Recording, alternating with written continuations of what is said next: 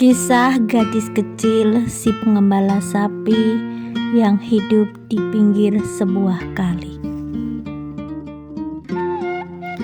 Rumah sederhana di pinggir kali di bawah rimbunnya pohon bambu. Itu adalah tempat di mana si gadis kecil pengembala sapi menetap bersama dengan sekian banyak saudara-saudaranya. Namun senantiasa hidup rukun dalam kesederhanaan.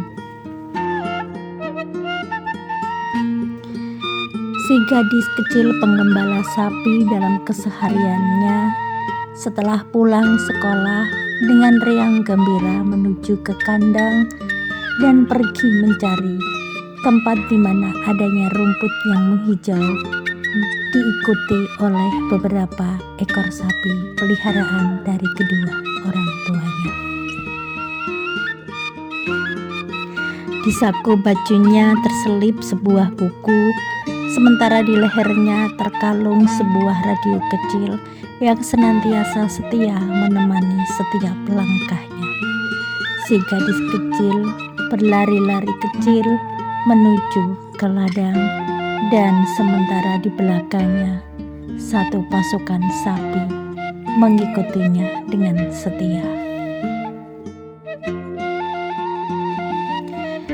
Setibanya di ladang yang menghijau, si gadis kecil berlari menuju ke sebuah pohon di mana berada tepat di dekat sebuah kuburan tua, dan membiarkan pasukan-pasukan sapinya untuk menikmati hijaunya rumput yang terhampar di hadapannya.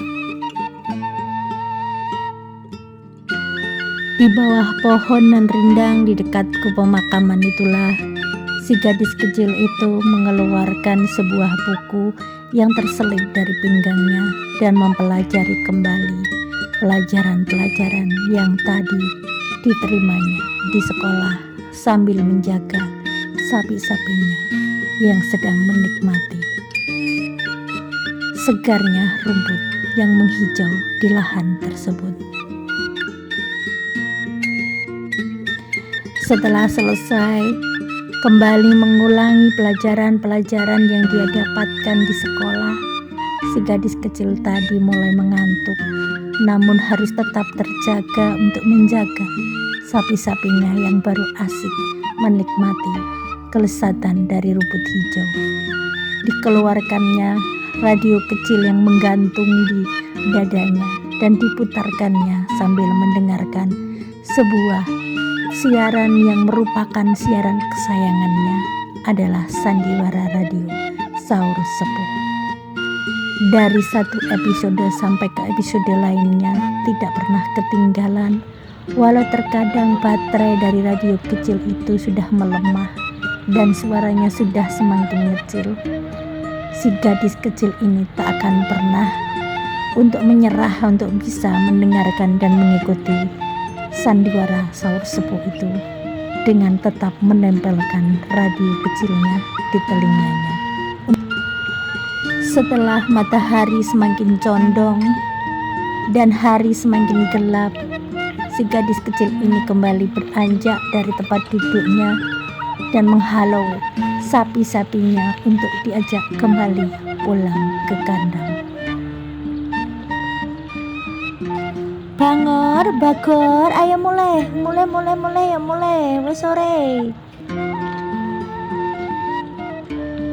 Waktu terus berlalu dan si gadis kecil ini pun menjadi seorang perempuan yang sudah dewasa dan sudah tidak mengenal lagi apa dan bagaimana rasanya mengembalakan sapi di sawah seperti dahulu kala. Masa itu telah berlalu, bahkan radio kecil itu telah berubah menjadi Android.